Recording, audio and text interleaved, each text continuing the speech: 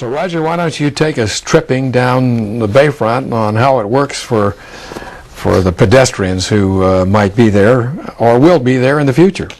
Well, it's a pleasure to be here, Rod, and I'm glad to have the opportunity to discuss in some detail what this means for the people of Sarasota. Let's go to our first slide for a moment and take a look. Just look at the beautiful bayfront in Sarasota. What a unique place, anywhere in the world actually.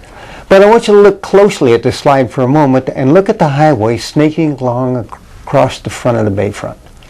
In the 1950s, when we started building the interstates and the U.S. highways to improve connectivity at a regional level, it was the thing to do then. It was the thing to do then. And they did it in St. Louis, and they did it in Cincinnati, and in Manhattan, and San Francisco. But in our enthusiasm, we sometimes cut ourselves off from the bayfronts and from the water. And take a look at that, because that really is a barrier, a 45-mile-an-hour highway right through the heart of this beautiful urban area. What the push here is, and the idea is that what can the planners recommend that make this a safe and quick trip for everybody, everywhere, and yet enhance the beauty and give us an opportunity to be able to walk in this area. This is a typical intersection that you find, and you can see the colored lines showing the points of conflict as cars turn. Especially those turning left from one area or another, one direction or another. Look at that. Yeah.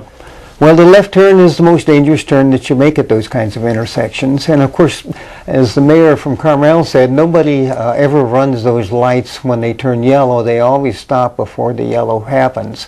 These are places of conflict with traffic, and part of the thing that has to be solved in order to make the bayfront accessible and the neighborhoods.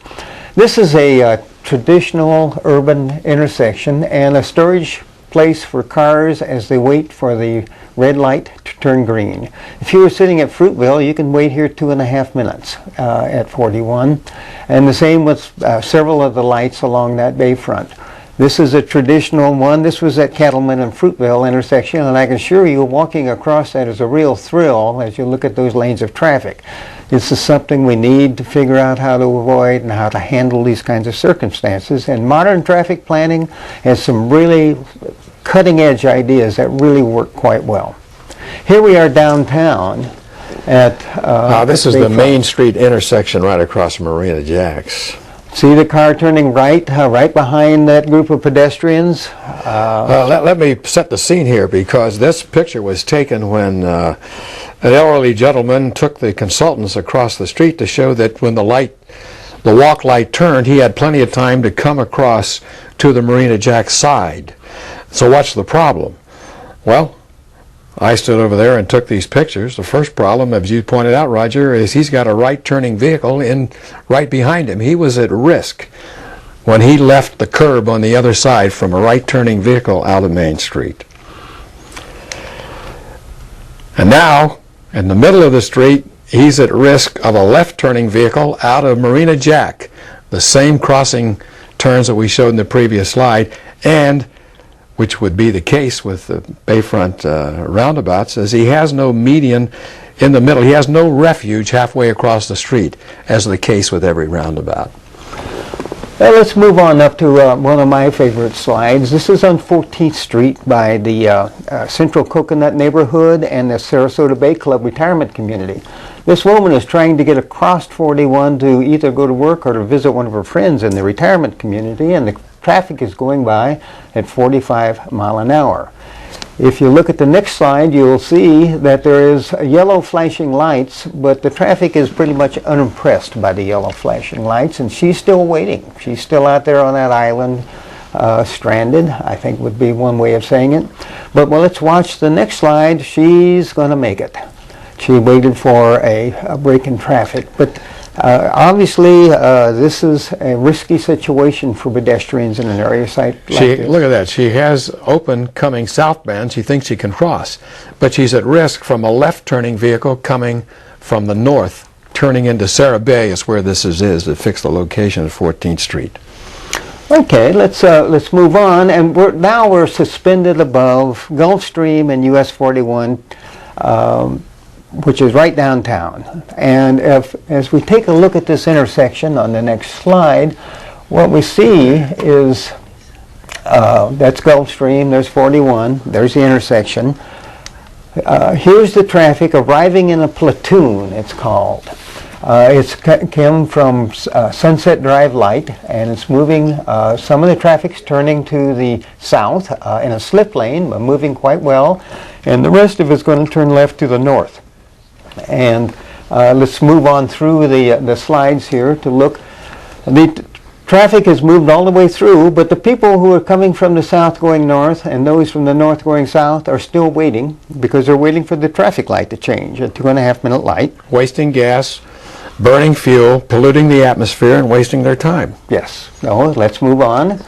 And again, they've arrived from the west, and they're waiting. From the Keys. On the Keys, and they're waiting. And if you had some way to keep this traffic moving, even at a slower speed, in 2.5 minutes, you can be about 1.25 miles at 30 miles an hour on down the road if you didn't have to wait. Instead of being stuck at this signal. Instead of being stuck at the signal.